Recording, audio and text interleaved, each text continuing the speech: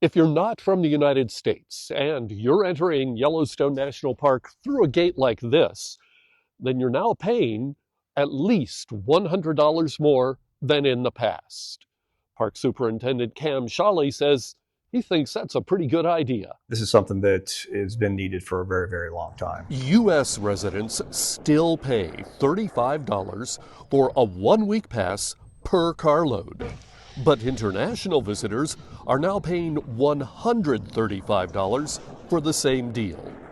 Residents pay $80 for an annual pass, while internationals now pay $250. I am hoping that it doesn't necessarily affect my business. We do have quite a few international travelers, but they tend to be the folks that are just going into it knowing that they're going to spend a chunk of change and that's just part of the deal. I think it's great. I support it. It's common to go to other countries and as a non-resident of those countries pay a higher amount.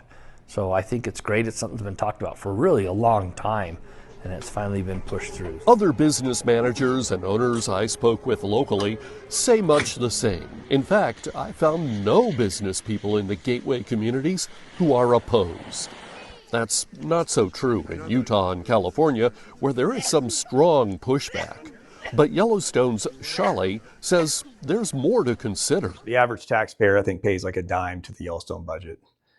And so $35 a car coming in as is set for a 7-day pass currently, the internationals don't even pay the dime. So the actual, up until this point, the internationals have been getting into U.S. national parks cheaper than American citizens. I do think that the gate fees are pretty reasonable, and if we can garner more cash flow for the infrastructure where we really need it, then it's probably not a bad thing. Shawley agrees. I think it's going to be really good from a revenue standpoint. We'll be able to take a lot of that additional revenue and put it into our operations, put it into deferred maintenance, infrastructure, things like that. Shawley says Yellowstone gets to keep 80% of the gate revenues, and internationals make up 15 to 25% of visitors.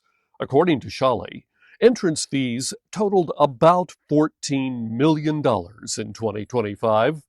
If a quarter of that money comes from internationals, then Yellowstone could collect millions of extra dollars in fees. A fee like that, especially planning ahead, like to next summer, I don't think it really matters. Yellowstone's always going to be a prized destination. In Yellowstone National Park, I'm John Shearer for MTN News.